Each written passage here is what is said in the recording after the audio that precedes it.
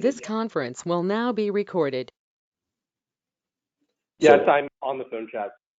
Caller number 5, Christy for Peter. Thank you very much. Okay. Label. Okay, are you all ready? Yes. Yes.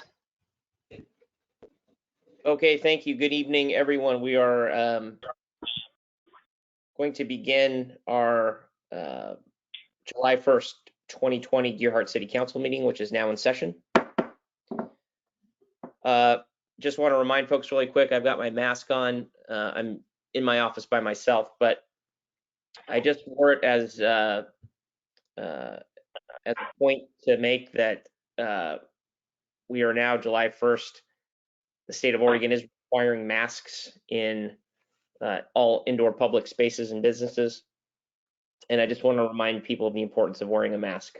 And I'll go into detail a little bit more about that later on. But it's not only important for the health of our residents, but also for our economy as well, so that we don't have to close back down. So I just wanted to make that point real quick. Does anyone have a declaration of any conflict of interest at this time? No. No. I do not.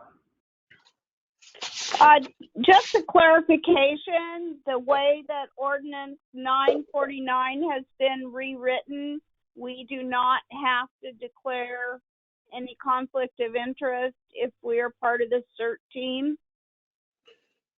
Matt, is it okay if I begin to answer that? Yeah, please. Resolution 949, extending workers' comp. Peter's going to talk about that when we get to that portion of the agenda. There's still some things we might need to be working out. At that time of the vote, I believe, Peter, if I'm correct, we can declare a conflict if needed. Right. Okay. Thank you. Thank you. No conflict of interest at this time. Okay, and then no conflict of interest for myself as well. Moving on to the approval of minutes, we've got 3 meetings to approve the minutes from. Let's start out for an approval of minutes for the regular meeting of May 6th, 2020. Do I hear a motion to approve those minutes? This is Rita, and I'll make a motion to approve the minutes of May 6th for the city council meeting. Second. Okay, we have a second by Councillor Cockrum. The original motion was made by Councillor Fackrell, second by Councillor Cockrum. Do we have any discussion? Okay, all those in favor say aye. Aye. Aye. Anyone opposed? Okay, motion passes unanimously. Next up, we have the approval of minutes for the special meeting May 20th, 2020. Do I hear a motion to approve those minutes? I move we approve the minutes for special council meeting on May 20th. I'll second it. Okay, we have a motion on the floor by Councillor Smith, second by Councillor Fackrell. Do we have any discussion? Okay, all those in favor say aye. Aye. Aye. Anyone opposed? Okay, motion passes unanimously. Next up, we have the approval of minutes for the special meeting May 27th, 2020. Do I hear a motion to approve? I make a motion that we approve the special council meeting May 27th, 2020. We hear a second? Second the motion. Okay, motion by Smith, second by Cockrum. Any discussion?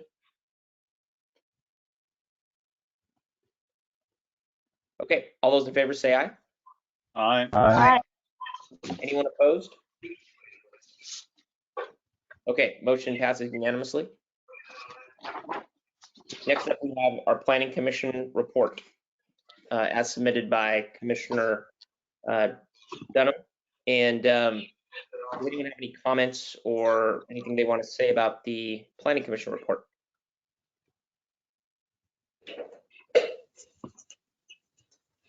Okay.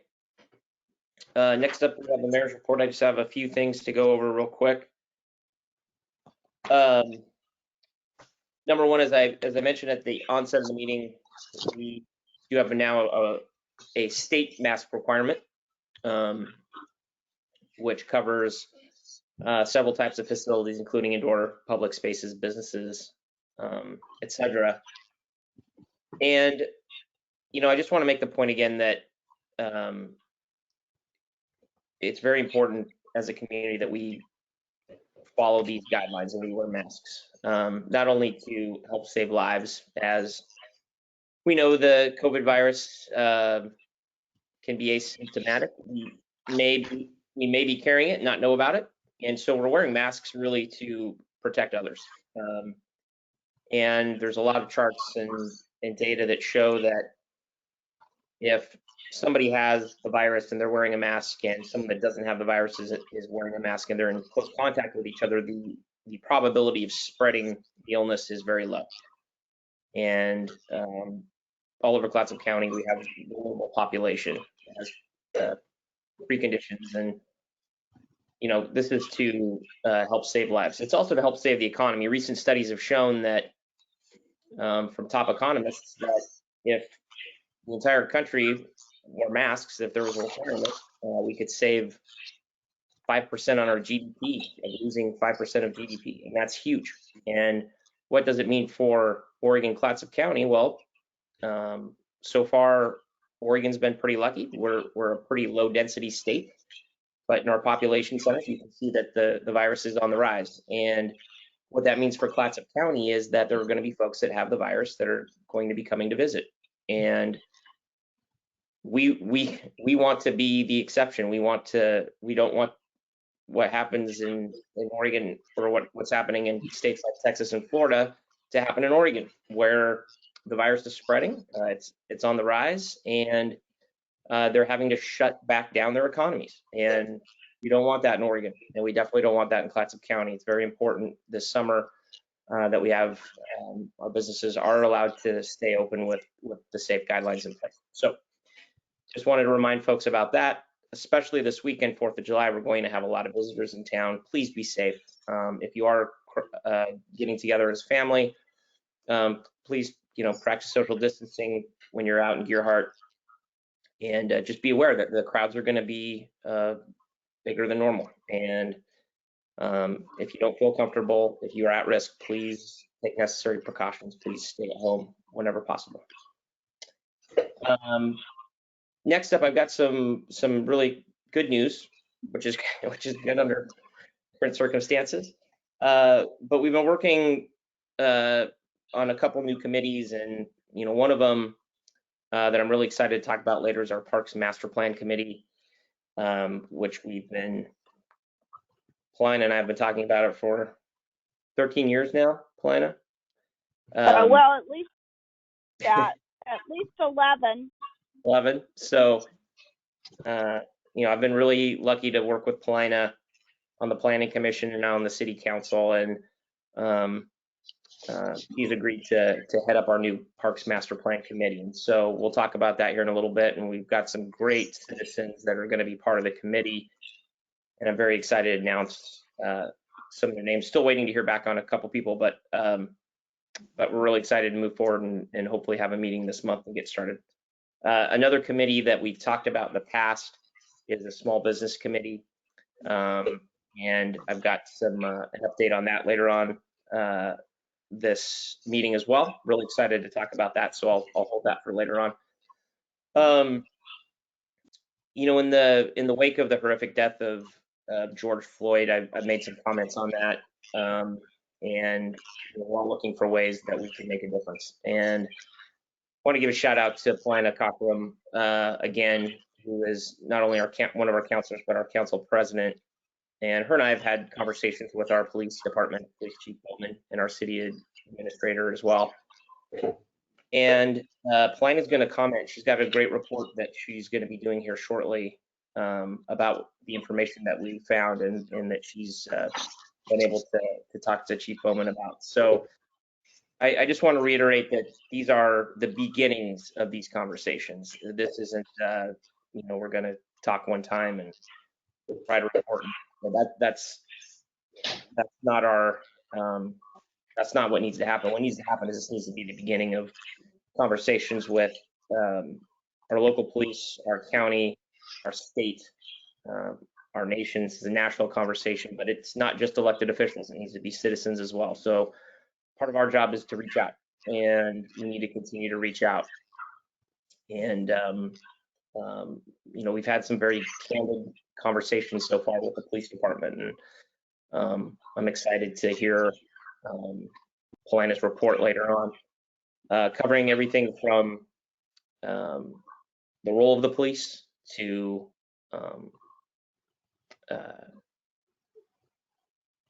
chokeholds, which we'll discuss, as what Polina is going to discuss later on, to the continuum of force, and how that applies to Gearhart specifically, but how this conversation applies to the national conversation as well. So, Polina, I really appreciate the research that you've done working with me and talking with everyone else, and I'm excited to hear your report. The next item I have on my list is the evaluation process of our department heads and our city evaluation, which we're going to be talking about later on today. I've been really impressed with, again, Councilor Cochran, Council President. She's really taken the lead on this in helping to create, with the help of Chad Sweet, a new employee handbook and policies and procedures. And these are things that for the last 20 years, 25, 30 years in Gearhart have really been neglected and needed to be refreshed. And as soon as we started working together on the council, we understood that and have been making headway. And Councilor Cochran's got to a point of almost completing some of this stuff. And the evaluation processes individually are meant to streamline the evaluation process, make it easier for us to not only perform it, but also to hold our city employees accountable, to scale up our evaluation process, so it's not only easily used when we're evaluating our city administrator, but also our other departments, such as our police chief and our fire chief. And so this is the beginning of a new area of being able to have these type of conversations and creating a process that can be done efficiently. Real quick, just a quick fire station update as well. Obviously, with the COVID virus, there's a lot of things that we've had to delay as far as going through processes and things like that. So I just wanted to give you a quick summation of where we're at with the fire station, because we really haven't had a chance to work on much the last couple months with everything else going on. But we have made headway, and we're hopefully about to make some more headway as well and continue the due diligence process. So, we're still in the due diligence process with the fire station, looking at the possibility of building a station up at the High Point location, which was the citizens and residents' top choice, mostly because it's out of the tsunami zone, and we create a safe location there. Right now, we're still finalizing the costs, hopefully wrapping that up fairly soon. Still in the process of negotiating land pricing, and hopefully that's something that will be done hopefully soon as well.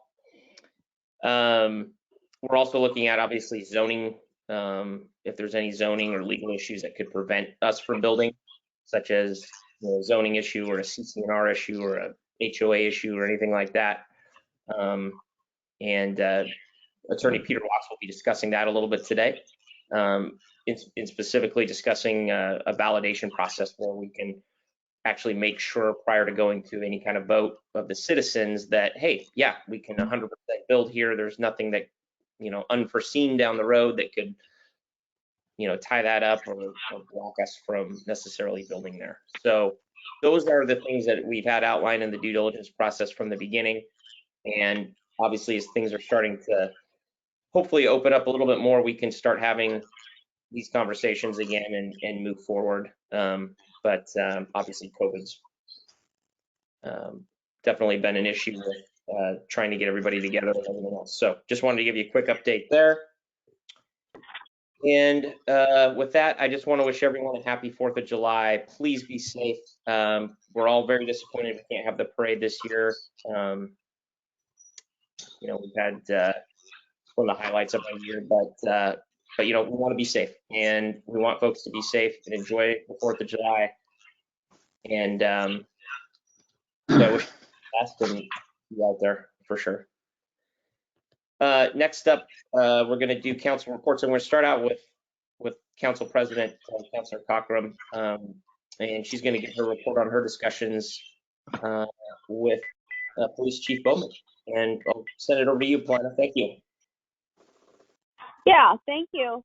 Thank you, Matt.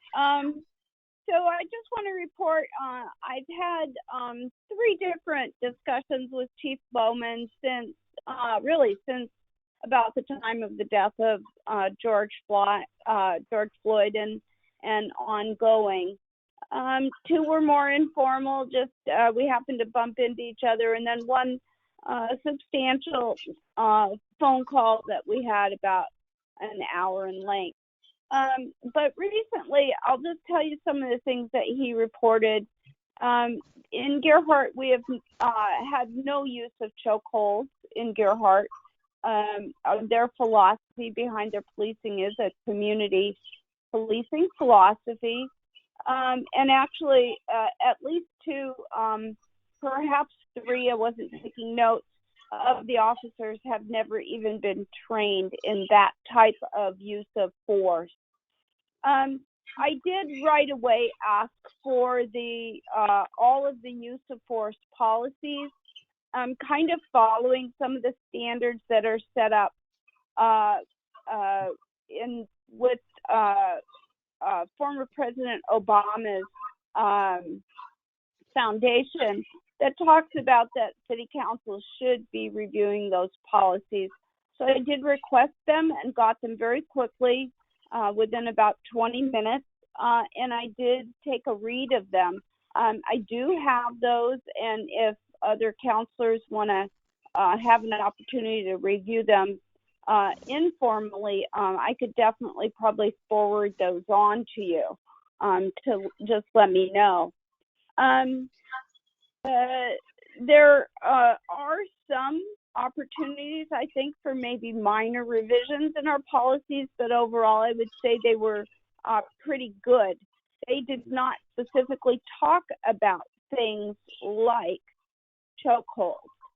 And possibly another option for revision would be other officers' duty to intervene if observed any kind of overdoing any kind of use of force. There are a number of other things that we can in a different meeting or in a different venue talk about, like standards for de-escalation training, or what standards do we have, what training has been done. Those are all things that we might do in the future to keep this conversation going as a community. So I think that's all I would report on that tonight.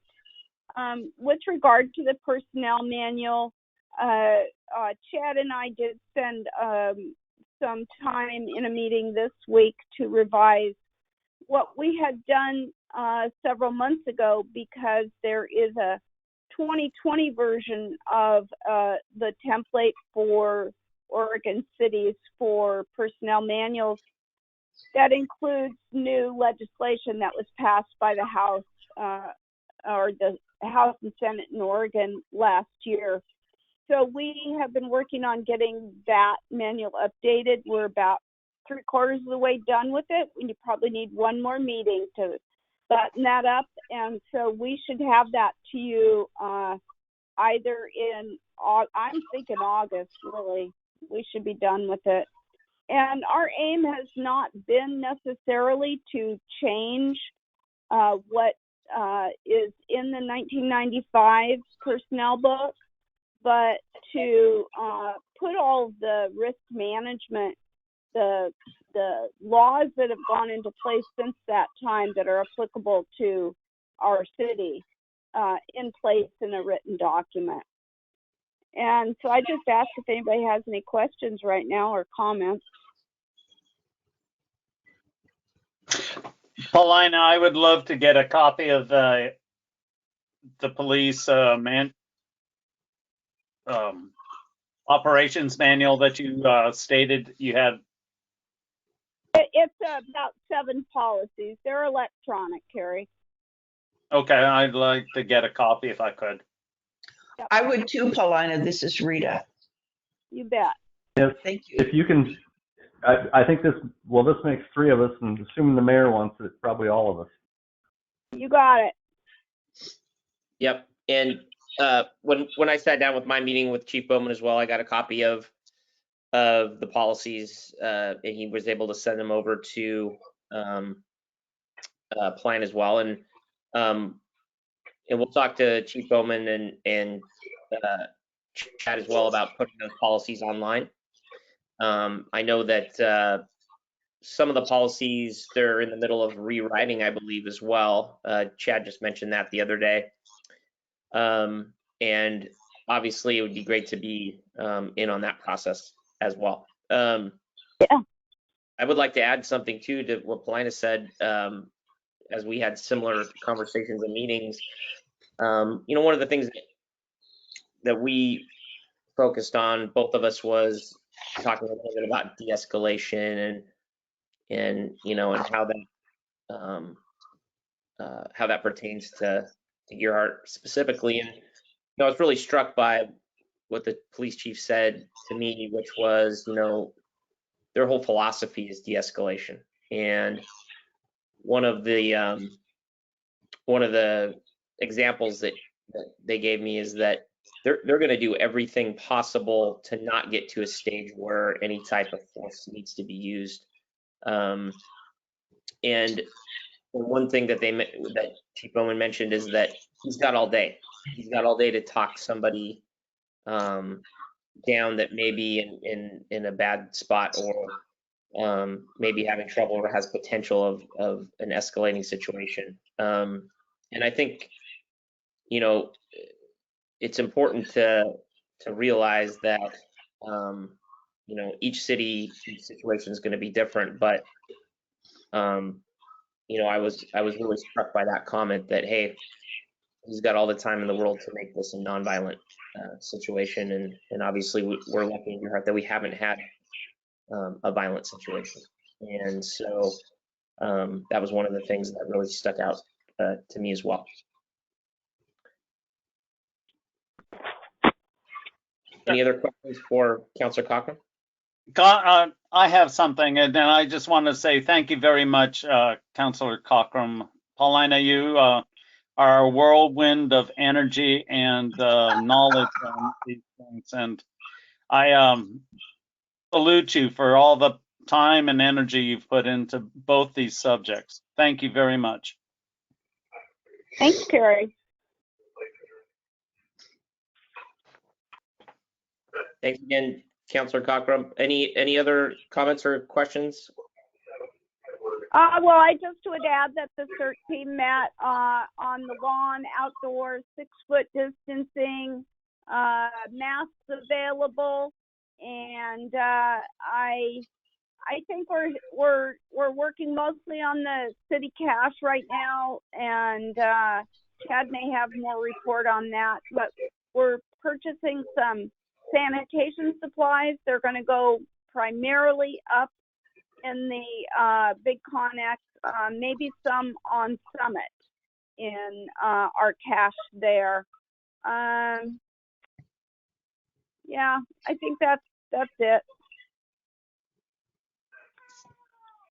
Great. Thanks again, Councilor Cochran. And as I stated earlier, these conversations are just beginning. These will be ongoing. And I'm looking forward to continuing conversations with all of you and with Chief Bowman and our city as a whole and with our citizens as well. And very thankful that we've had a lot of citizens reach out. Phoebe Michelle, who's on this call as well. We've had multiple conversations as well, and she's given a lot of great input. So we want that to continue. We want these conversations to continue. So we appreciate it very much.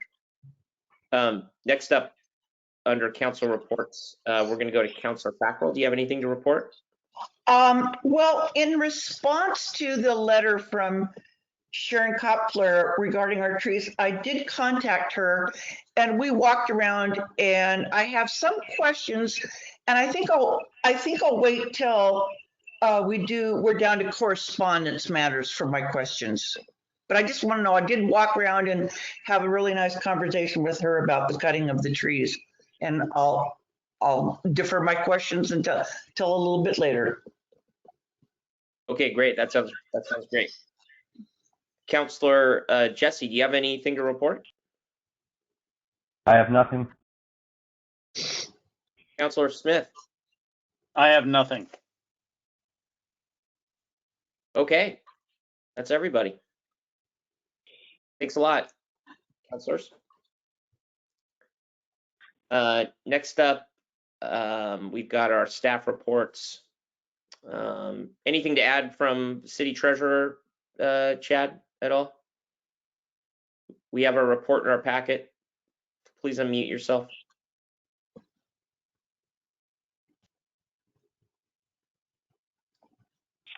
No. Okay. This report will change a little bit as we're still finalizing the year end, but this is as of now a draft. So we're still working on that. We should have it finalized here within a week. Great. So we do have the latest, or the draft of the financials attached in our meeting minutes as well. Hey, Mayor, I didn't get a police or fire report this month. Is there a reason for that? They just completed those as the month ended, and Christy emailed them to you earlier today. Oh, thank you. I believe we also put them on the blog. Thank you. Yes, I forwarded the blog post. Okay, she forwarded the blog post. Excellent. Okay. Next up, we have Chad. Do you want to do your report first, or should we have Peter do his report? Sure, I can go first if you'd like, Mayor. Yeah, go ahead. Appreciate you updating the fire station information. I don't have anything to add to what we've already said. We've got a lot of work to do, but we're looking forward to doing it.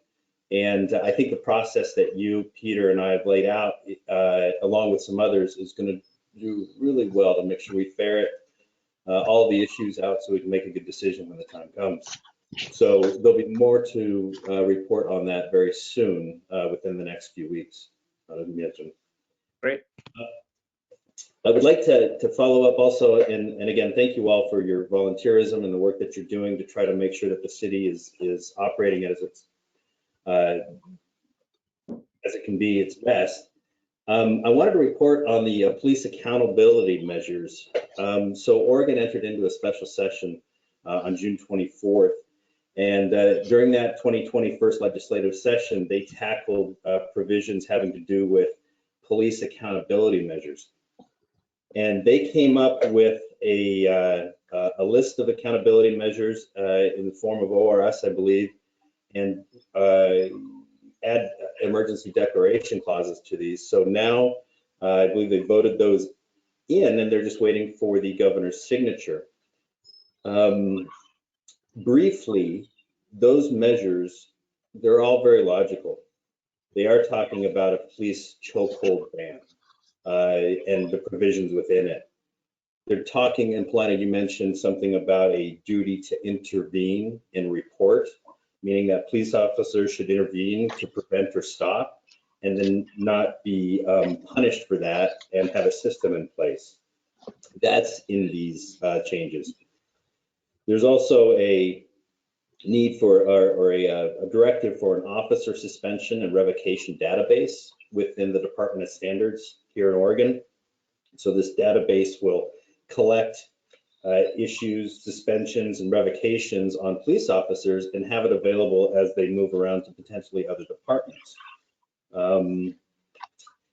which changes a lot of the hiring requirements also. It includes a restriction of use of tear gas and some other things. So this is going in front of the governor now, but even though it's not signed yet, I just want to let you know that our police chief has already put all of these things today into our policies. So he's adopting them anyway. So we have had some further motion. Police Chief Bowman and I met about this today. So I was really happy that he did that. That's great, Chad. And just real quick, once his new draft with the new standards from Oregon are put into place, would that be a good time to put the policies online for the public so everyone can take a look at those as well? Yeah, I made a note of that. I'll talk to Chief Bowman about that and we can figure something out. That's great. Update, the 10th Street beach access is open and the tennis and pickleball courts are open. We have yet to open up the city bathrooms, but I believe we'll be able to open those up next week with some procedures in place. Any questions about those? Last Thursday, the volunteer fire department and some others held an event to distribute these KN95 masks. From that point on Thursday to today, the city of Deerheart has distributed approximately 1,900 masks to the public. And they're going to do another event. I believe that's July 17th, but I'm going to just double check my numbers, but make sure that you're on the blog and we'll post that event there. And I believe also that the Seaside Chamber of Commerce, Astoria Chamber of Commerce in Cannon Beach have masks available for businesses also. And they would make those available to businesses of Deerheart if you'd like to go and get some of those. Fire department, yes, we're not having the parade this year, unfortunately. We did not have the firefighters ball this year, but I'm really pleased to see that the volunteers came together. They put together a merchandise store online, and that is really coming close to making up for the funds that we weren't able to raise during the firefighters ball. And I wanted to thank the citizens of Deerheart and all the people that just love the Deerheart Fireman's Ball for buying all those t-shirts and things. There's a group of about, I think, 8 of the volunteers that are putting things in, bringing things to the post office every day, and we're still selling it. We had to do another clothing order, so thank you very much for that support. It means a lot to them. 4th of July, the firefighters will be out selling more of their merchandise from about 10 a.m. to 2 p.m. So if you'd like to get your sweatshirts and t-shirts and things, be there at the fire hall, bring your masks, make sure you're wearing them, and bring some money. And let's continue to raise some funds for those folks and their training and all the things that they do with it. This year, they're working on actually a water program to where they're training to do surf rescues. It's going to take us a little while to get there, but we have a group of volunteers that are training and doing that now. So that's where a lot of these monies are going to.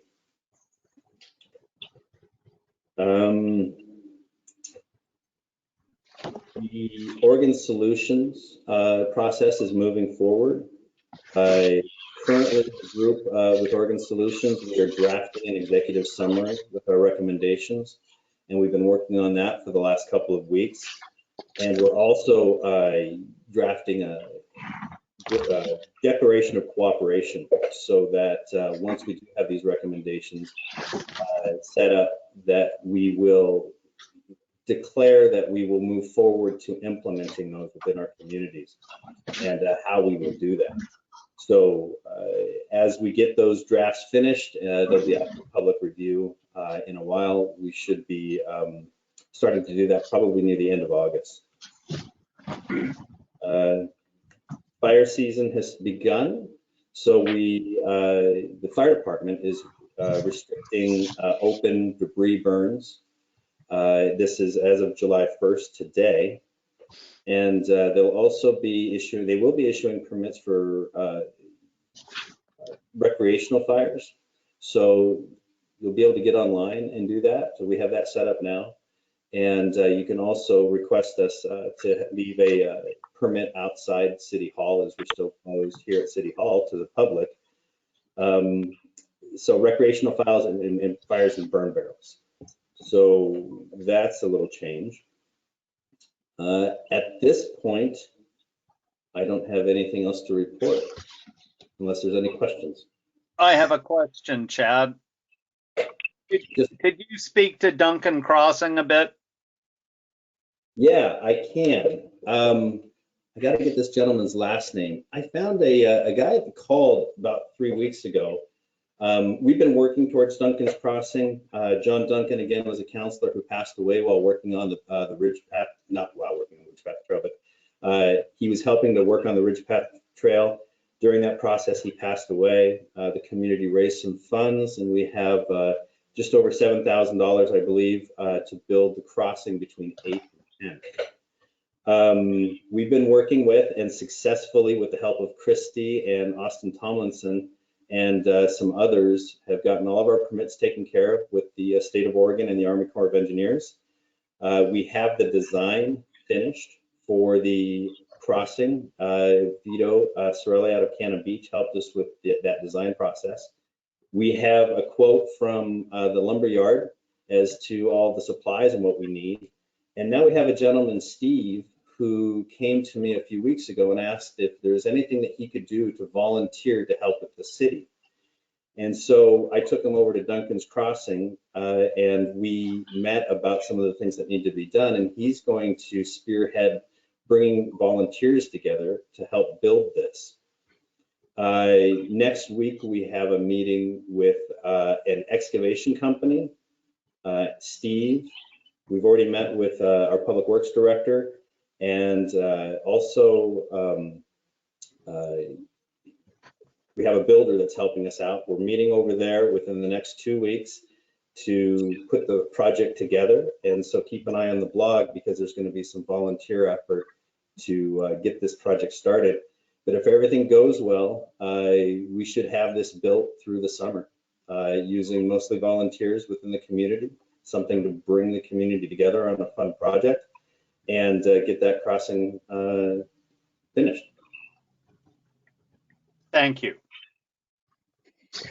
Chad, this is Rita. I have a question regarding the fire department surf and water rescue training. Is that going to be in concordance with the countywide training that's held in Astoria every year?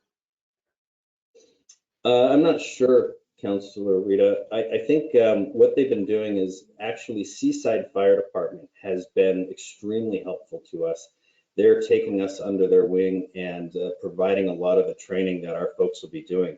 Some of it is through the state, some of it is with Seaside Fire. It's a long process to be able to get the certifications to be able to go out into the ocean and to do this. So it'll probably be, you know, a year from now until we can start, you know, getting into those rescue types. And we'll need to raise some more money to make sure that they have the equipment they need. But I don't know if it's the state. I'll talk to Lieutenant Como about that and report back to you. Well, I know that Seaside has water vehicles, so to do some of their you know, emergency help. And I know that they assist Cannon Beach a lot. So is Gerhardt thinking about getting some watercraft for our firefighters as well? Down the line, that's something that they're talking about. Yes. All right. Thank you. You're welcome.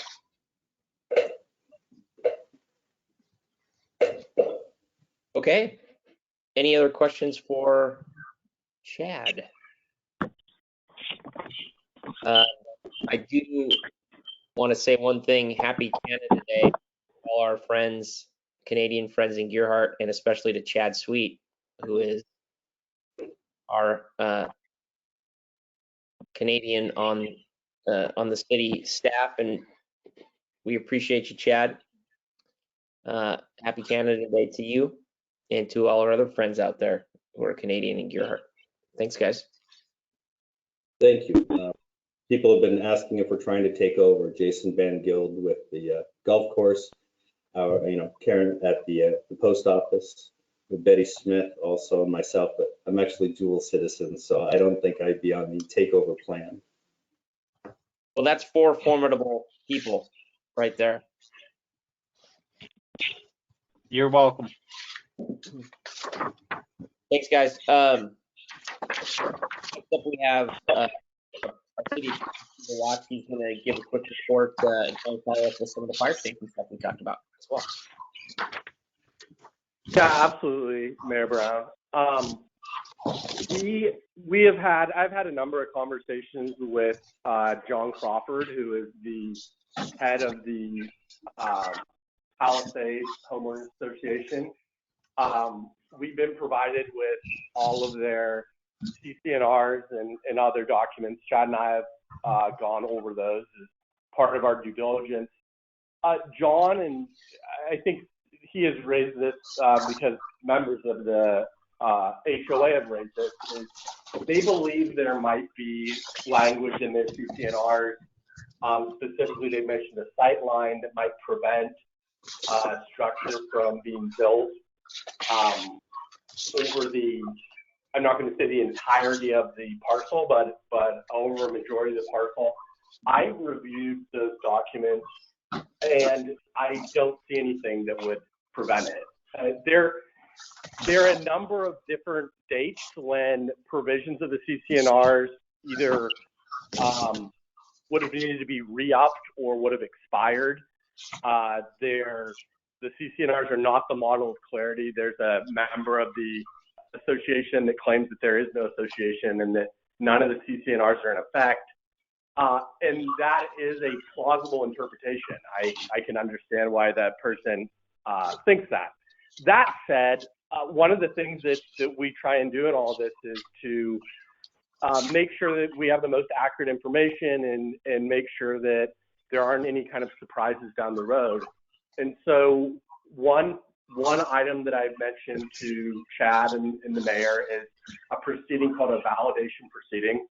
It's unique, somewhat unique to the state of Oregon, I believe. And what it allows you to do is to take, it's under ORS 33710 and ORS 33720, those are the 2 provisions. But if there's a question of importance or where a city is going to do a large expenditure of city funds, it allows you to go to a judge in advance and essentially ask that the judge bless the transaction. So what we could do under this provision is go to a judge and say, we don't believe there are any provisions in these CCNRs or under city code that would prevent the building of this fire station potential fire station on this site. And then if there are people that believe that there is something in the CCNRs that would prevent that, what they're then able to do is come in and say, no, Your Honor, these are the reasons why they can't. And essentially, it was once described by another lawyer that I was co-counsel with on a case as a mother may I statute.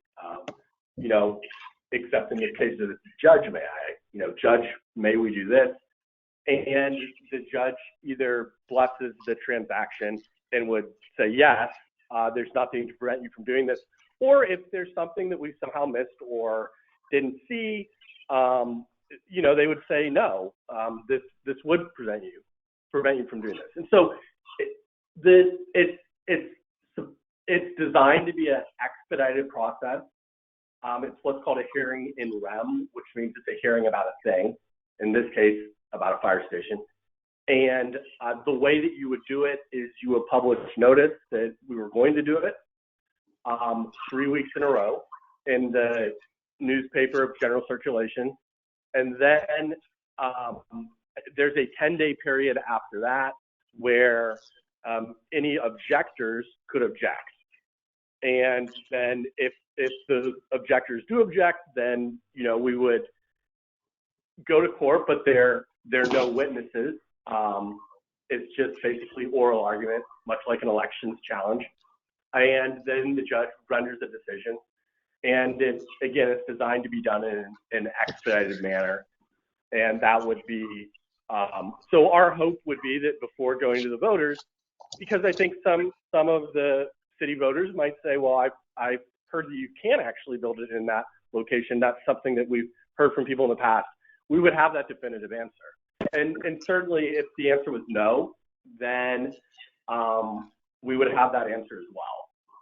And so I think as far as making sure that we've done our due diligence to certainly the extent possible, that would be a recommendation of mine, is that we ask a judge to validate our ability to do this. We would, because of the timing, we would likely want to hold a special meeting perhaps next week in order to, so that you as a council, if you decide could hold a hearing and decide whether you want to authorize us to do that or not. Thanks, Peter. So if we right now discussed doing a meeting next week, Chad, would you just notice that meeting tomorrow? Mute. Yeah, as soon as we finalize that, we'll notice it as soon as we. Okay. If we want to do one next week, we would just notice it for next week. Yeah, Peter, what's the notice timeline on that, I might ask? For a special meeting? Yeah. 24 hours. Okay. We'll try to better that. Yeah, so we've got plenty of time. So, councilors, do you have any objections to holding a special meeting next week, or any questions for Peter? I have no objections. No objection. Yeah. I'm good with it. So am I. Okay, I'm taking a look at the calendar here. Okay. You know, early evening Tuesday, we have a planning commission on Thursday, or even Wednesday the 8th. So are you all available for those dates, Tuesday, Wednesday, or Thursday, or excuse me, Tuesday or Wednesday evenings? Tuesday works great for me. Tuesday would work for me. I don't know, I'm all booked up, but I'll have to make some time. I'm fine. It's good for me. Either day works for me. Okay. What time works for you guys? Are you thinking about 6 o'clock, or Chad? Well, seeing as how we're using GoToMeeting, we can maybe do it a little bit earlier. That would save on some staff time. You know, between 5 and 7, I would say. Would 5 o'clock work for everybody? It works for Yeah. me. Yes. That would be fine. Okay. Peter, are you available for that? Yeah, that works for me.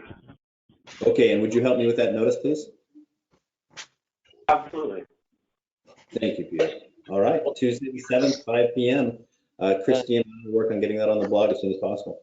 Perfect. Thank you very much. And you know, with this due diligence process, it's really going through every single detail to see if this is going to work for the community and obviously public vote. So we want to have all of our I's dotted and T's crossed prior to doing that. And I think this validation process sounds like something that's worth doing for sure. So thank you very much. Any other comments or questions for Peter on any other related topics? I have one additional comment I'd like to make, and this is about Chief Bowman and the policing Gerhardt. You know, as you guys might guess, being the city attorney for a number of different jurisdictions, I've had a number of different issues over the years come up related to police and arrests and things of that nature. And Gerhardt is a city that never has had one.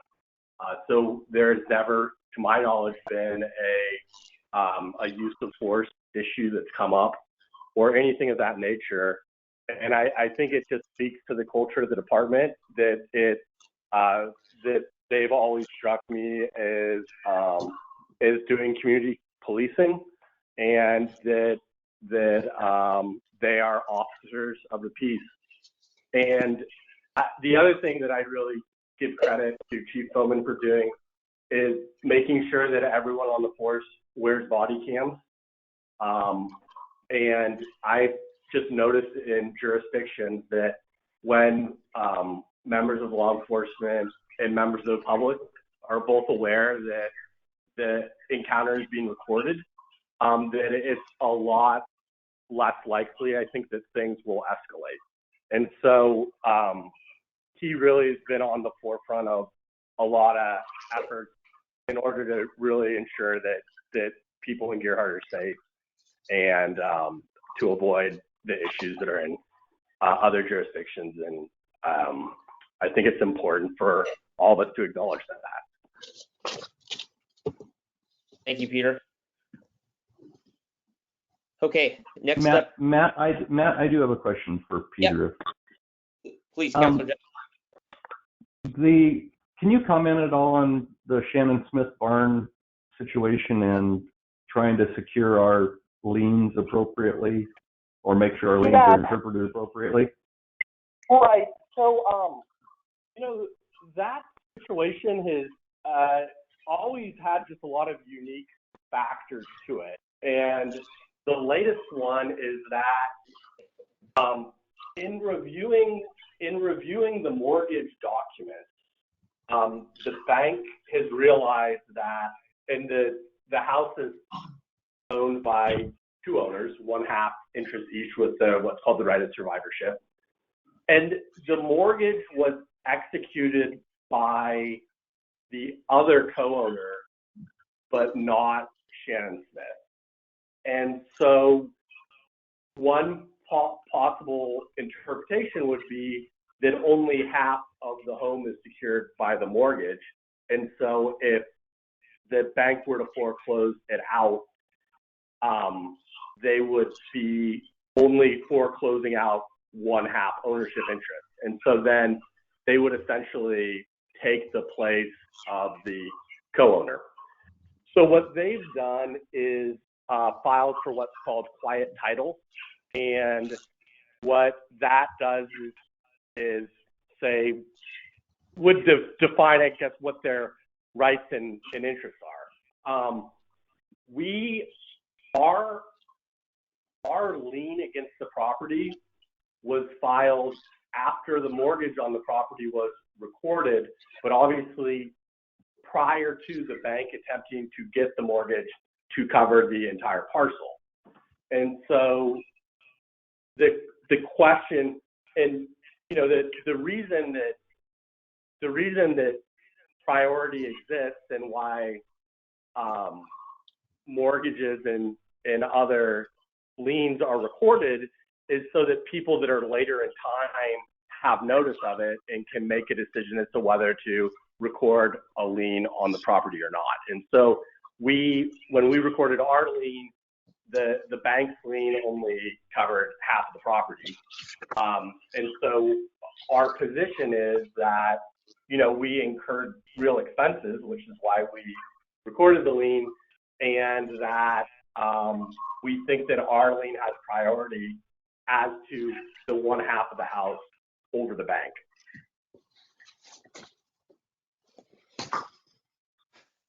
All I can say is, wow. Thank you. Yeah, I mean, really no shortage of interesting twists and turns.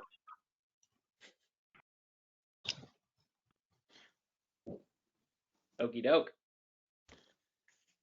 So I do have a question for Peter, and it's just a clarification for me. Peter, are you going to speak to resolution 949 at the time it comes up, or are you going to speak to it now as to possible conflict of interest? I am going to recommend that we move that to our special meeting next week. The reason is because I have been in touch with the OGEC about this issue. My position on this, when we've always followed their guidance, but my position has been that if workman's comp applies to all volunteers of the city, then that's a sufficiently large class that I do not understand why counselors couldn't be inserted and be covered by it. It would be the same if you decided to put sidewalks through the entire city.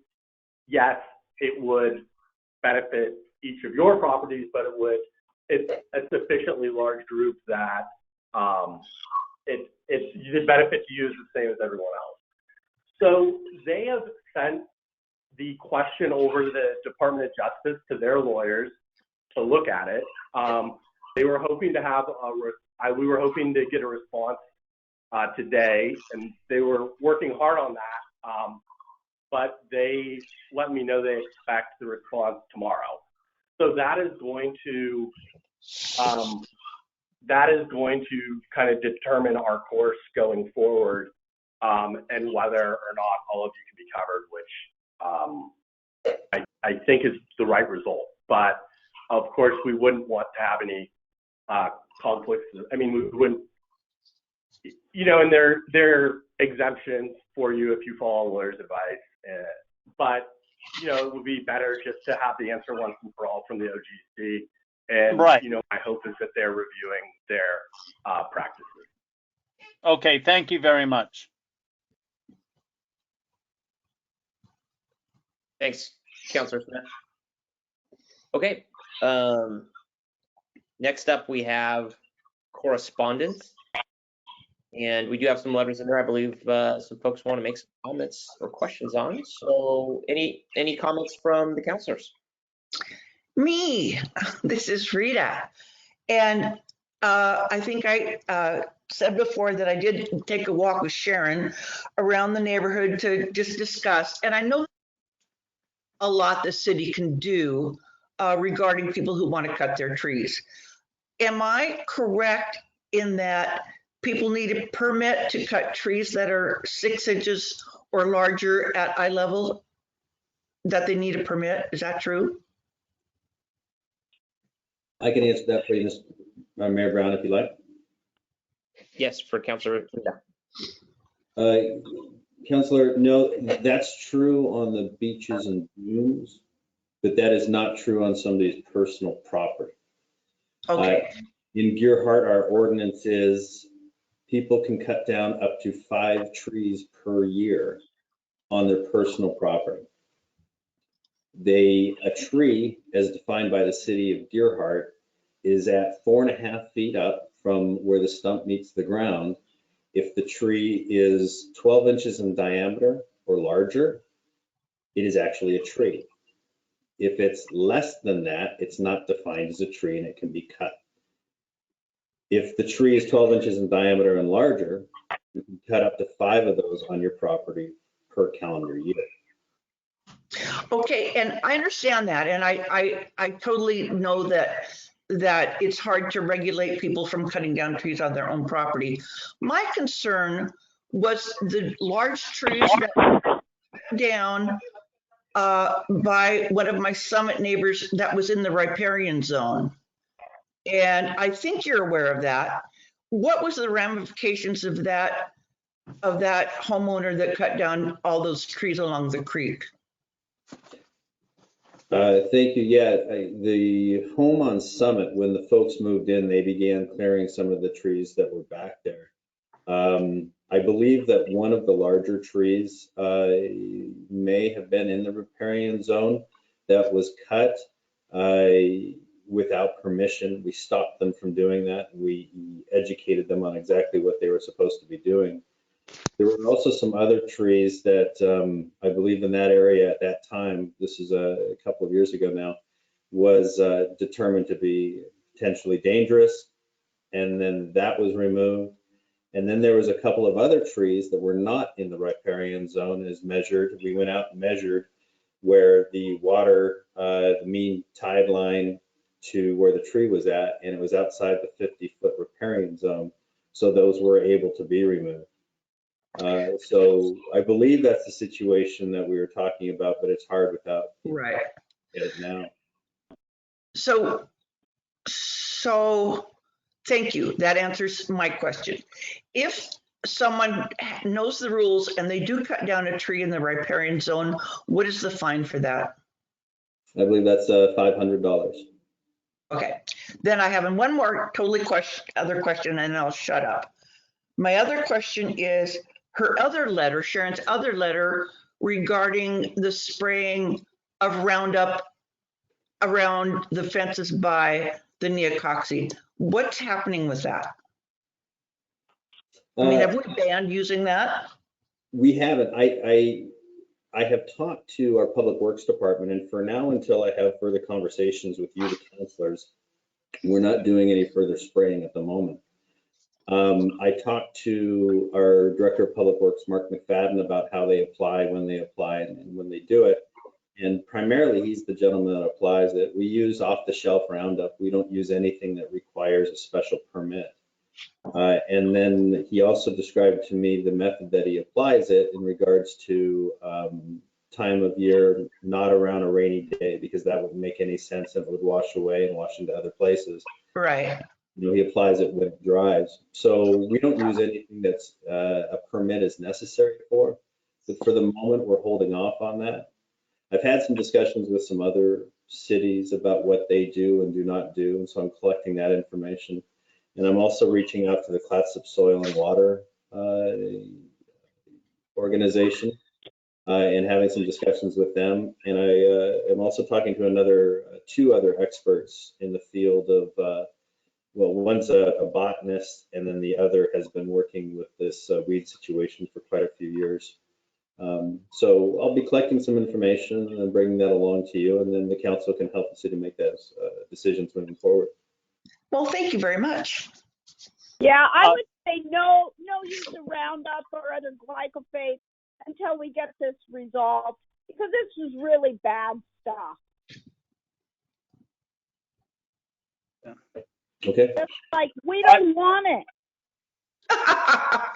Okay, so I saw McFadden out there at Pacific Way spraying within the last 3 weeks. So are you saying as of this time, meaning today, you're not going to use any more Roundup? Or are you saying that when's that magic, we're not going to be using it until you talk to the council? Mark and I agreed on a temporary moratorium at the end of last week. Okay. Thank you. Does that include anybody who does work on city property that is not done by the public works people, specifically themselves, like, you know, your contractors and such?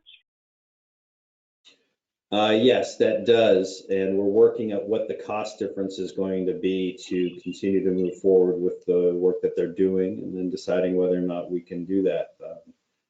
Because, you know, of course, hand pulling is quite a bit more expensive, as we just experienced over across the way at the Centennial Garden in front of Trails End Arts Center. It took quite the group of people to maintain that. And so without spraying, we're going to have some discussions on how we're going to be able to budget for that. But it's all things that we can accomplish. So yes, it also includes the contractors that we use, the city of Gearhart uses on our property. So they won't be using it anymore? They've been notified? They have been, and they won't be. And we told them that this is temporary until we can get through this discussion. Thank you. And in the correspondence, I believe Sharon Koppler mentioned something about topping of trees at the end of NEDA. Yeah, I've been working on that. There was a home near there that we've been working with that has had permits in the past, and they have topped trees that could be topped and didn't top others. Since then, that home has sold, and the new owner may have had some work done on some of the spruce that were in front, some of the smaller spruce that were out there. So we're going through investigations. I'm in contact with them. They know that that's not going to continue. Sorry. And so they've been informed that we don't allow cutting in the summertime due to bird habitat and breeding. Yes, they've been informed on all of our policies, and then I've yet to decide what we're going to do moving forward about what has been done. It just depends on the situation, what I learn. Okay, thank you. Mm-hmm. So who informs these homeowners of what our rules are? Is that incumbent on the homeowner to ask City Hall, or do the tree cutters who are called in for consultation by the homeowners, is it their responsibility to let them know that that's against our rules, or how does it actually work? That we're not always playing catch up from the back side of these things. Well, yeah, I mean, it's incumbent to a homeowner to know the rules within a community before they start doing some things, especially if it's not on their property. But, you know, if you have an actor that's just intent on doing something anyway, they're going to do it. So we're going to have to figure that out. But I have had meetings, multiple meetings with all of the local area tree cutters, such as Young's River Tree, Bigby, Justin Day, Arbor Care, Arbor Archer, or Archer Arbor, excuse me. And I've met with all of them on a one-on-one basis, and we carefully have these discussions about what can and can't be done from the beginning. So, you know, we'll be looking into what happened out there with these few trees, but I don't think it was anybody local. You don't think the tree cutter was local? Is that what you're saying? That's what I'm saying. So that would mean that they have access to getting out there, which is you need a padlock key, don't you, to lift those posts out of the access road? No, there's not a padlock on that because, well, within discussions of Bill for emergency services and things like that, but these people could have gotten right off of the personal property of the house in question. There's a lot of different accesses onto the beach that they can get onto. They didn't necessarily need to bring a truck out to do what was done. Yeah, they just topped them. Okay. They could have done that with a ladder, Terry. Okay, thank you, Paulina. Okay. Any other comments on any other pieces of correspondence? Appreciate the comments, guys. Well, I just want to call out the letter from the chief of police, and I think we should definitely keep the contents of his letter and his articles in our discussion, because he brings out some very good points about the need for improved funding for mental health in our county. That's all I'd say right now. Yeah, Paulina, I wanted to comment on that too. He had a great line there in his letter about you know, some of these calls need to be handled by folks that are in the social services around mental health and other things. And that's you know, that's obviously a national discussion that's going on right now too. So I'm, you know, one thing that's been a blessing during this COVID time is we've all been able to develop, I think, stronger relationships with our counterparts in the county.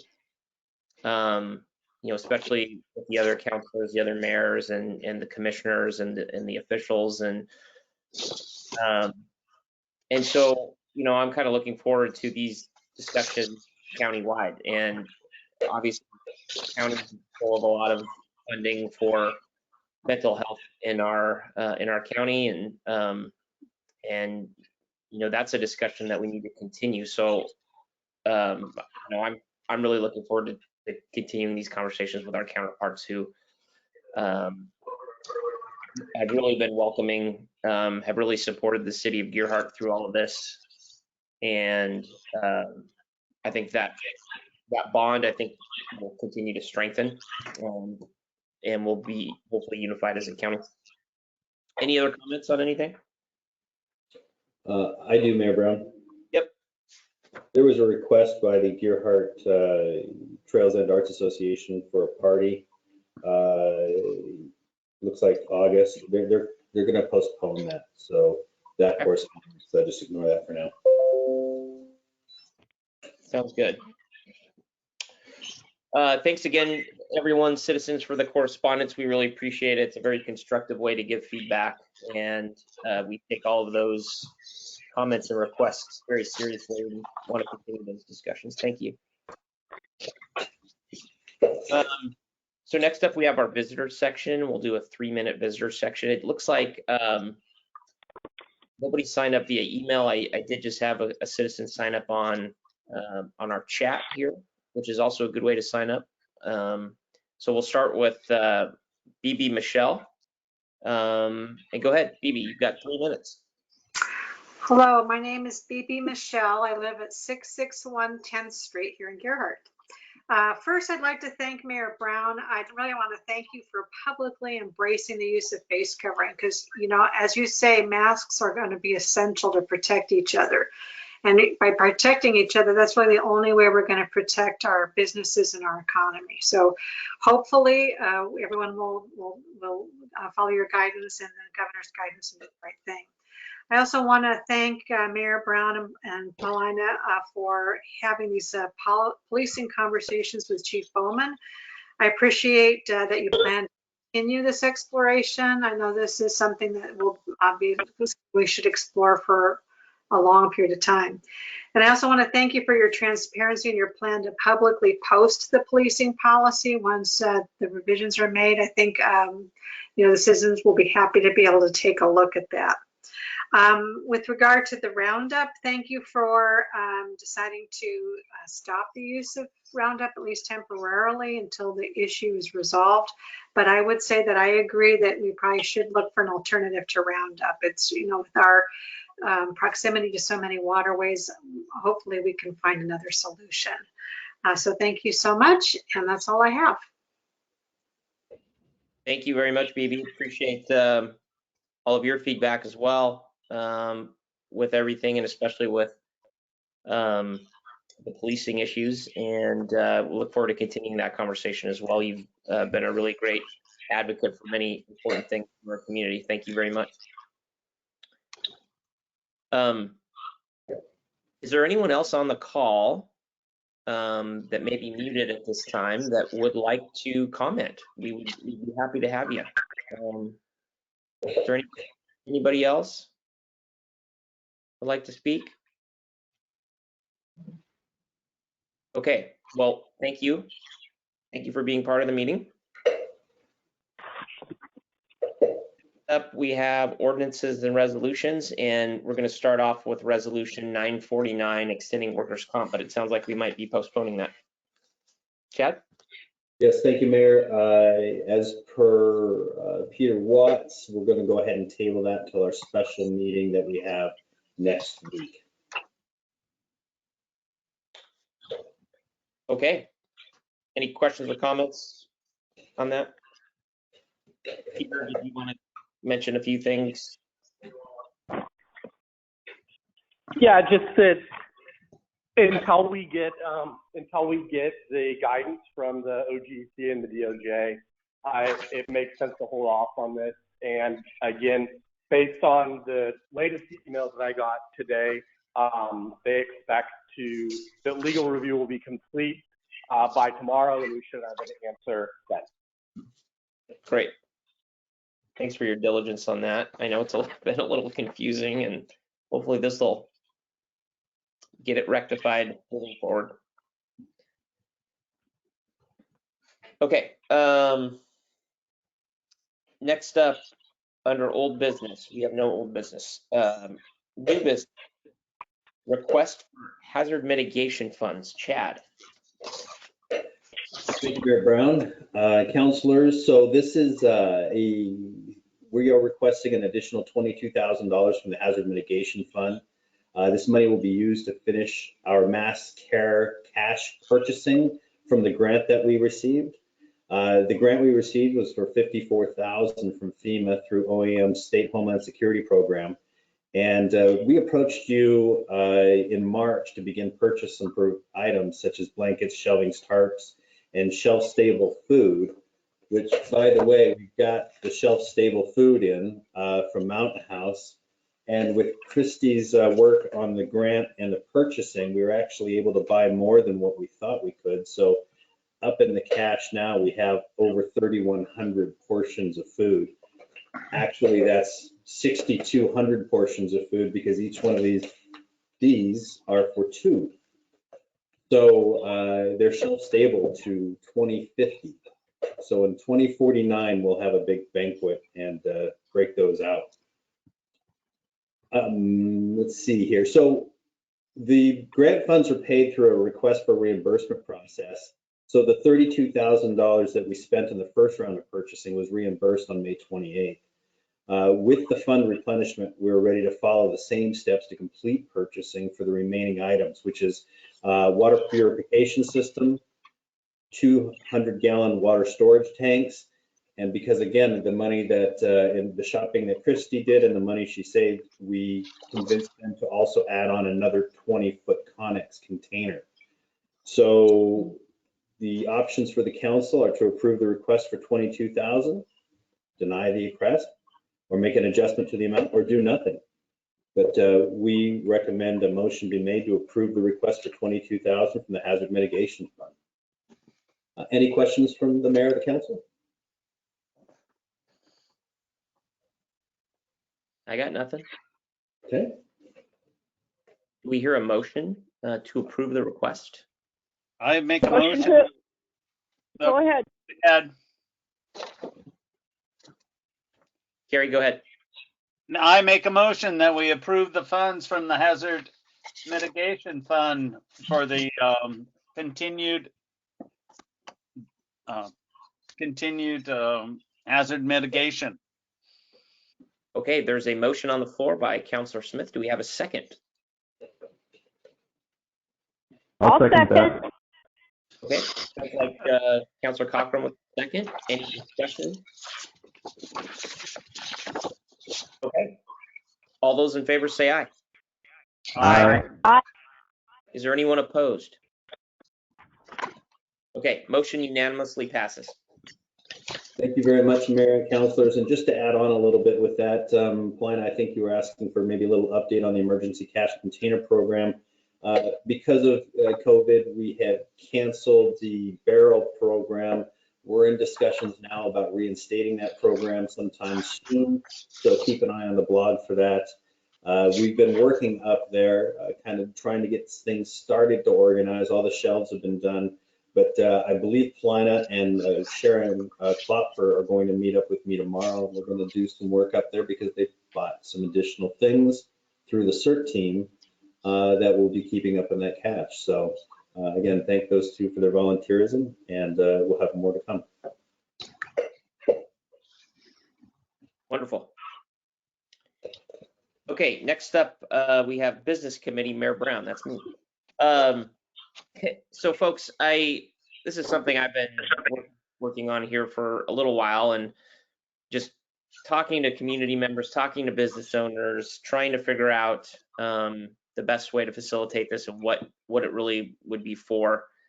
And so we had talked about a small business committee. Obviously, Gearhart doesn't have a Chamber of Commerce or any other type of separate agency that talks about small business, but Gearhart is a low-density residential community. That's how it's designed through our comprehensive plan.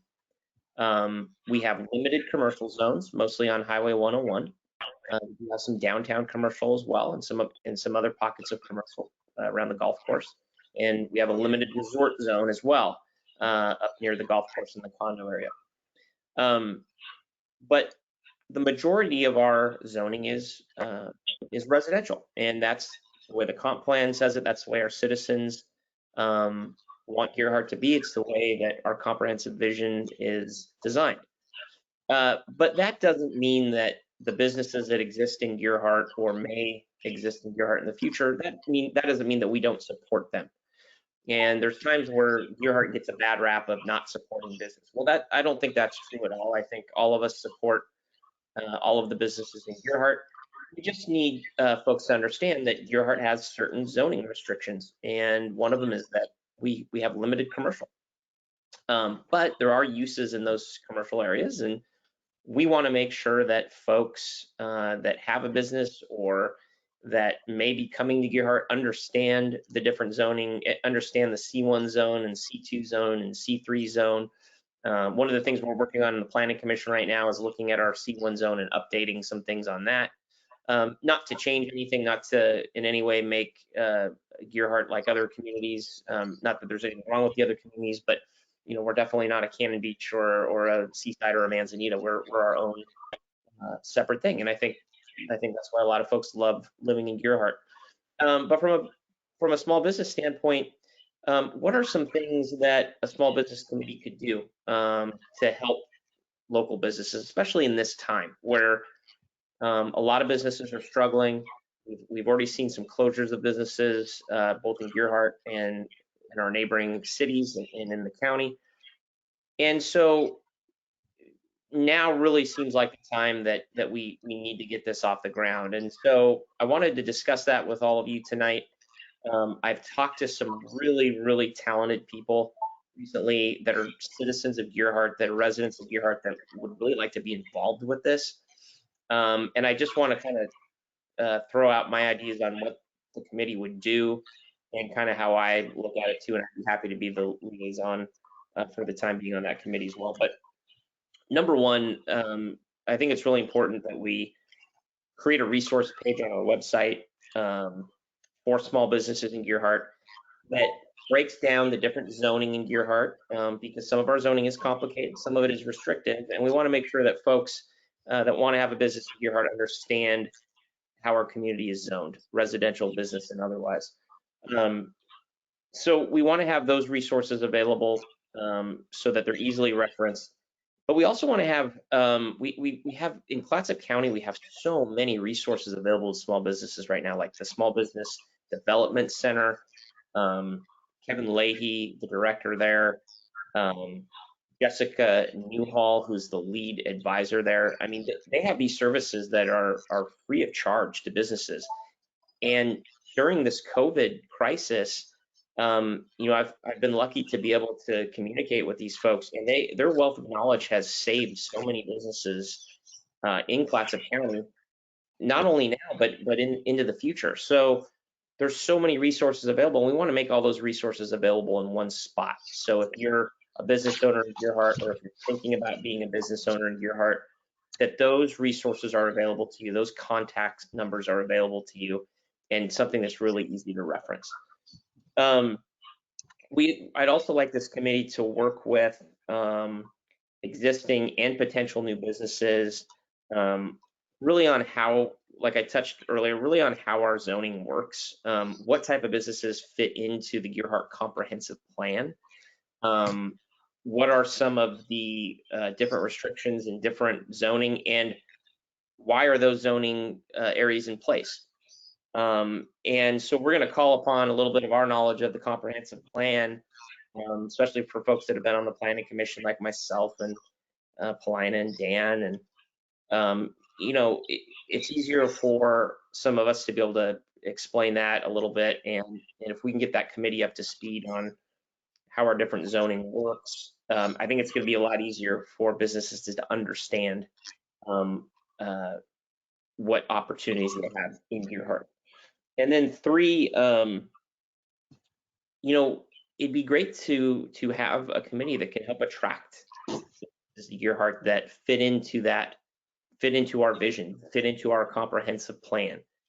And you know, as if you look on Highway 1, there are spaces that are empty retail wise. We've obviously got a major location in our neighborhood commercial zone, our C1 zone grocery store that has been vacant for a little while as well. And you know, it would be great to have a committee that could reach out to potential business owners that, you know, hey, you know, I'm thinking about buying a building, or I'm thinking about doing this, and can you tell me about the zoning? Can you tell me about what resources are available to me?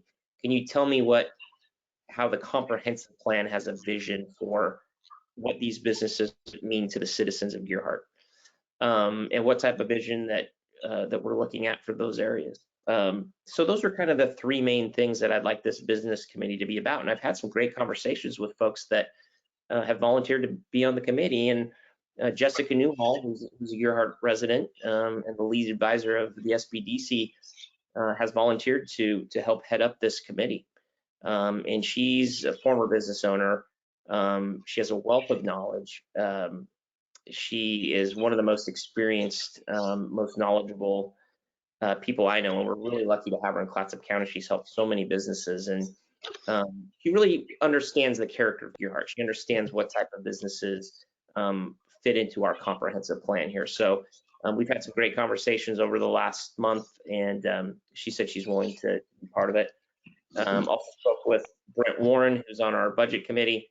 He was in the banking industry for many years and worked a lot with SBA and doing loans and things like that. And he's got a wealth of knowledge as well. Jenny Frank, who's one of our local realtors here, she's a former business owner as well, and has lived in Clatsop County almost her entire life with a great business background. So these folks are really interested in being a part of this. I wanted to just reach out to everyone and get your blessing to begin this committee. I don't know if we just need a consensus or a motion to start this committee, but we'll round out the rest of the folks as we go, and I'm happy to be the council liaison on that committee itself.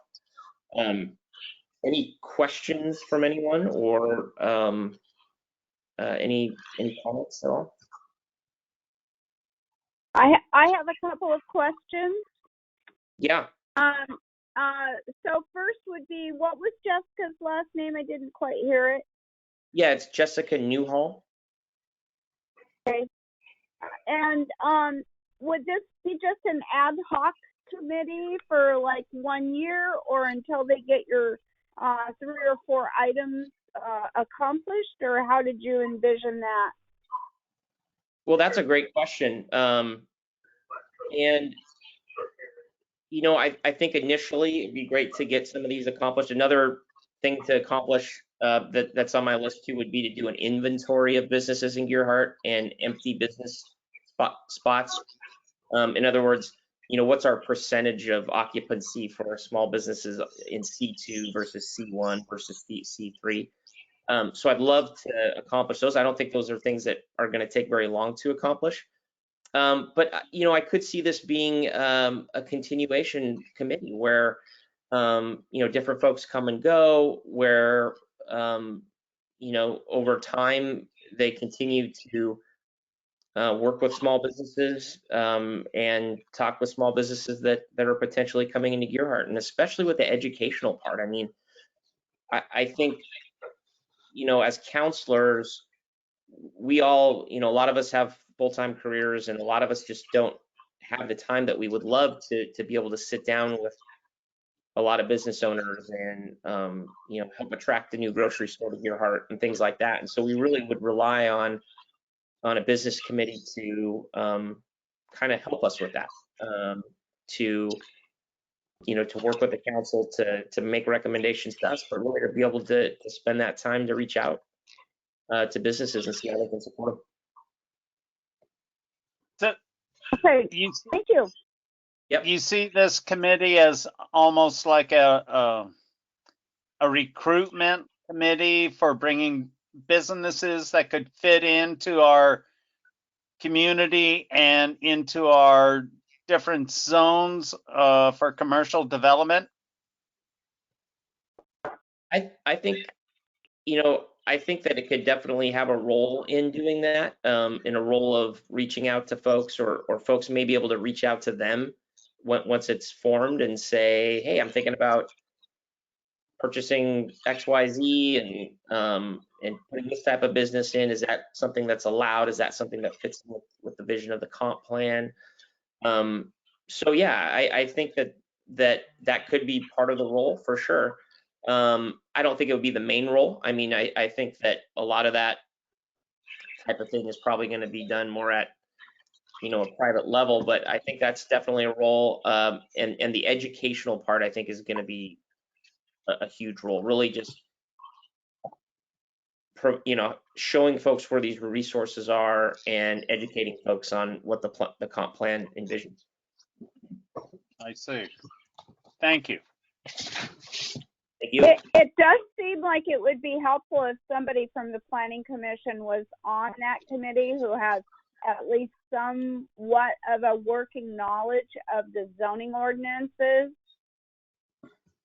Yeah, and I agree. And, same with the Parks Committee too. It's always great to have a counselor with some of that background, and then also a planning commissioner. And so I'm still waiting to hear back from some folks in that regard. The three folks I mentioned were three that I've already had conversations with, but obviously we'll try to round that out. And I agree 100%. I really like that recommendation a lot. Yeah, especially from the Planning Commission. Absolutely. Yeah, and just moving forward, with a lot of our committees, having, a planning commissioner and a counselor as the liaison or as part of the committee is extremely important.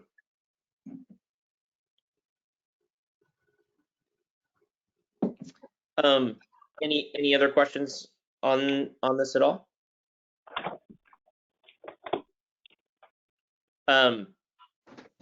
Dad, would it be, do we need like a consensus for me to officially form this committee, or?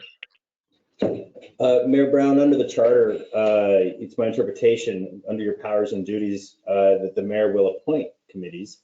I think it was great to kind of bring the council along and ask their opinion. So I think that's within your powers. I don't think anything formally has to occur in order to begin a committee. Yeah.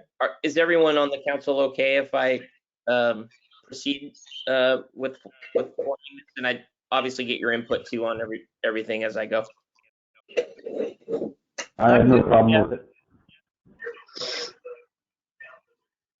Okay. Reed, are you okay with it? A point away. Okay. Paulina, you're good. Carrie, Dan, great. Thanks. Yeah, I already said okay. Okay, awesome. I will reach out to these folks, and as Paulina said too, we'll be reaching out to some planning commissioners as well, and hope to get this formalized this month, and maybe have like an initial Zoom meeting to go over things, and then obviously you all will be invited to be on that meeting as well, and we would really love your input as part of that. So I will keep you posted as we go. Thank you very much. Okay, next up, something, again, I'm very excited about, Parks Master Plan Committee. And this is something that we've been working on for a while. We just haven't had a chance to officially appoint people, which is my duty. And obviously we've had a lot going on. So, but it's something that's been forefront in my mind. I know it's been a forefront in other counselors' mind, especially Counselor Cochran as well. And as we stated earlier, Paulina and I have been talking about this for 10 or 11 years, and really excited to hopefully get our first meeting going this month. And I just first wanted to say that I'd like to officially appoint Paulina Cochran on the committee as the counselor council liaison, and Paulina and I can work together to kind of round out the group. But I do have other committee members that I'd like to appoint today, who I've had a chance to talk to over the last period of time, and that I think will be very, very valuable as to help Paulina in this. And obviously, this committee is going to be working with the city planner, and this process, like the transportation plan process, usually takes about a year or so. I think, Chad, is that correct? So it'll be similar. We'll be having outside agents involved as well. So Paulina will be working to figure out which outside agencies she would like to be a part of this as well, and move forward. But I'm really excited to announce Doug Doherty has agreed to be part of the committee. Doug, obviously educator his whole life, former school superintendent, really understands the importance of this Gearhart resident, and really good at moving forward with these processes. Also excited to announce Austin Tomlinson. He's one of our planning commissioners, has agreed to be part of the Parks Master Plan Committee. He's got some incredible background in a lot of different things, and I think especially with the Dunes area, we'll be able to throw a lot of input in as well. Also, one of our Gearhart residents, Skylar Archibald, who has an amazing parks background. He's director of Sunset Parks and Empire Parks in Seaside. So this is something that's near and dear to his heart as well, and he's going to use some of the things he's learned over the years to help us out as well. And I'm still waiting to hear back from a couple people, so Paulina and I will keep in touch and kind of round that committee out. And then my hope is, I'll get together with Paulina, but my hope is we can maybe do an informal meeting sometime this month as well, to just get going on the process and start that. And I've been in touch with Carol Connell, our city planner. She's really excited to be a part of this and to get this going. So I think we're going to have a lot of momentum, and hopefully we'll come up with something great. Does anybody have any comments or questions on that? Mayor, this is Rita. Wasn't some grant funding available for this in the past? Somehow I remember discussion about that. We have a grant, Rita, to develop the plan. Oh, awesome. Yeah. Just a planning grant. No money for buying parts. Right. This is the plan of, yeah, for sure. Oh, that's the money I wanted.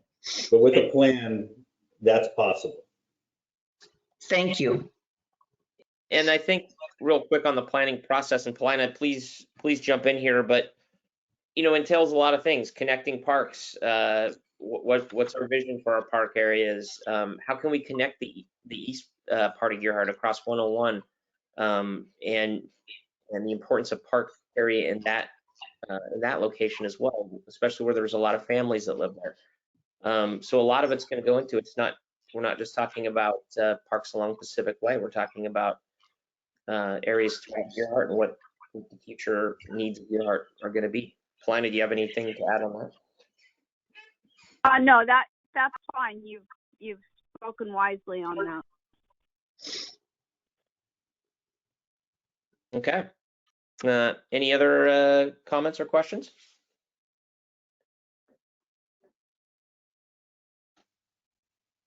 Okay. Once again, this is something that's very near and dear to a lot of us, and I'm really glad we're getting going on that. And as with any committee process, we really want the public to be involved. So we'll let folks know when these meetings are. We want people to be able to come to the meetings and show up and give their feedback as well. Folks can always email myself or any of the counselors or Paulina with ideas that they may have for any of these committees that we're starting. And Obviously, each committee will have a chairperson and somebody that's taking minutes and notes, and we'll be recording all of these committee meetings as well, so people can look back on them and get the information. Next up, we have our discussion on the city administrator review, and I'm going to let Chad read the deal on it, but then we'll start to get over to Paulina a little bit. She's been working really hard on this, and we appreciate it. Thank you, Mayor and councilors.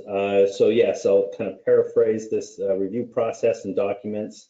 The council is to conduct per contract a yearly performance review. Council is given a specific number of days to compile that, and then we meet in executive session and hold the review within the next, or excuse me, just outside the 20 days. The mayor and the council president will compile the review, and then we'll look at doing this prior to the August council meeting, because final decisions will be made at the council meeting and cannot be made in executive session. So I would suggest that you resolve to use the attached review document that Paulina has worked so hard on and taken input for, and that we choose a time here in the future. Christy and I will reach out to you to do an executive session between Monday the 20th and Friday the 24th, or within those days. That's all that I have for the moment, unless Paulina, you wanted to add anything. Well, I'll just say that the evaluation form is directly from Chad's job description. So each of those essential elements are part of his job description, and that is what we are going to do the evaluation on. I would just say put a comment if you think there is improvement needed, like why, and maybe a suggestion for what that improvement might be. If he's outstanding, any specific examples of where he's been outstanding is also really valuable for feedback. I would also ask Chad to do a self-evaluation and get that to me in the same period of time that the counselors will get their evaluations into myself. And I've talked to the mayor about doing the collating of those so that he and I can go over those. And if you can do it online on that document that was sent, if we could get it sent to us, that would save a tremendous amount of time. But if you need to handwrite it, I'll be glad to transcribe it. Can we? Just get them into city council and they can give me a call and I can pick them up. No, get them to the mailboxes. Okay, I have a request, and it can either come by email or by hard copy, but can I get a copy of what the job description is? Certainly, I can send that to you. Thank you. Yeah, it's basically identical to that form, though. I took it directly from it. Right, I understand. It's just for me, I've got to, I don't know. It's more, I got to see it and read it and not see it in a statement form of. Certainly, I'll send that to all the counselors. Okay, thank you. And could you send the form as well? Will do. Should they want to type their comments? Will do. Thank you. And I think just to add on real quick, this is a really good way to do it, tying it to the job description. And I know that Paulina is also working with other department heads as well to update their job descriptions and get evaluation forms available for those as well. And I think that's something we can finish up probably in August with the other department heads as well. And thanks again, Paulina, for all your work on that. Yeah, I So- appreciate you putting those goals out, Mr. Mayor. Sometimes there are difficulties in getting some of this stuff done. So if it's delayed for a month, I hope you understand. I guess. No, Paulina, you've done great, and appreciate everyone's hard work as well, especially during this time. I mean, we've all got a lot going on, and it's all volunteers. So this is really great stuff, and I'm excited to move forward on this stuff. So we need a resolution? No. Okay. No, Just a I think that, new evaluation. yeah, I think, you can do it, you can resolve to use these review documents, or we can just do it through consensus. Everyone have a consensus that we'll use these review documents moving forward? It's fine with me. I'm fine with it. I'm good. Yeah. I'm fine with it as well. Great, thanks again, Paulina and everyone else.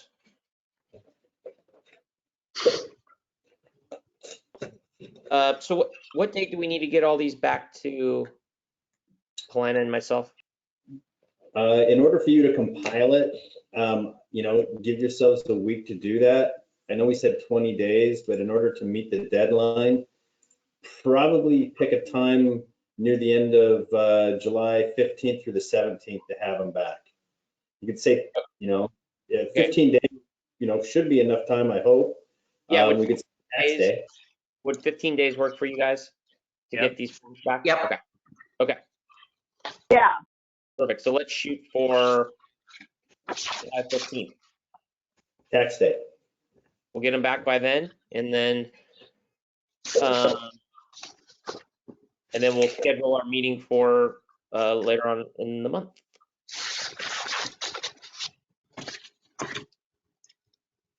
Okay. Next up, we have council concerns, and I'd like to kick things off with Councilor Smith. I have no concerns, but I do want to say that I am very grateful for the mayor's compassionate words that he has written and put on either in the newspaper or on the blog. I'm glad to see someone is able to express themselves openly and in public much better than I can, even though I may feel very similar. That's all I've got. Thank you, Terry. I really appreciate those words very much. Next up, we have Councilor Fackrell. Oh, I don't think you should call this counselor concerns. It should be called counselor's questions, because I have a few. Great. First of all, now that the school is no longer going to be utilized, are they going to be moving the electronic signs to a different location? Do you know? You mean the speed signs? Yeah, the speed signs, I'm sorry. Yeah. I mean, We've because they got could to be discuss utilized in a that. better place. The speed signs themselves don't dictate the speed. They only blink at the speed limit. We might adjust the limits that are on there. The only thing we may do eventually is to take down the school zone signs. But for now, it's, and I can talk to Jeff Bowman about that. For now, my only concern is it's still an area that children frequent. So maybe we can keep the speed limit down to 20 for the time being until the school officially sells. I don't know. But the speed limit signs should stay where they're at, I think. It's a pretty busy street. Okay, and is there any more news on the school, the sale of the school? No, there's quite a few conversations going on about that. I do not believe that there are any deals in the hopper at the moment. The zoning is kind of preventing some of that from happening.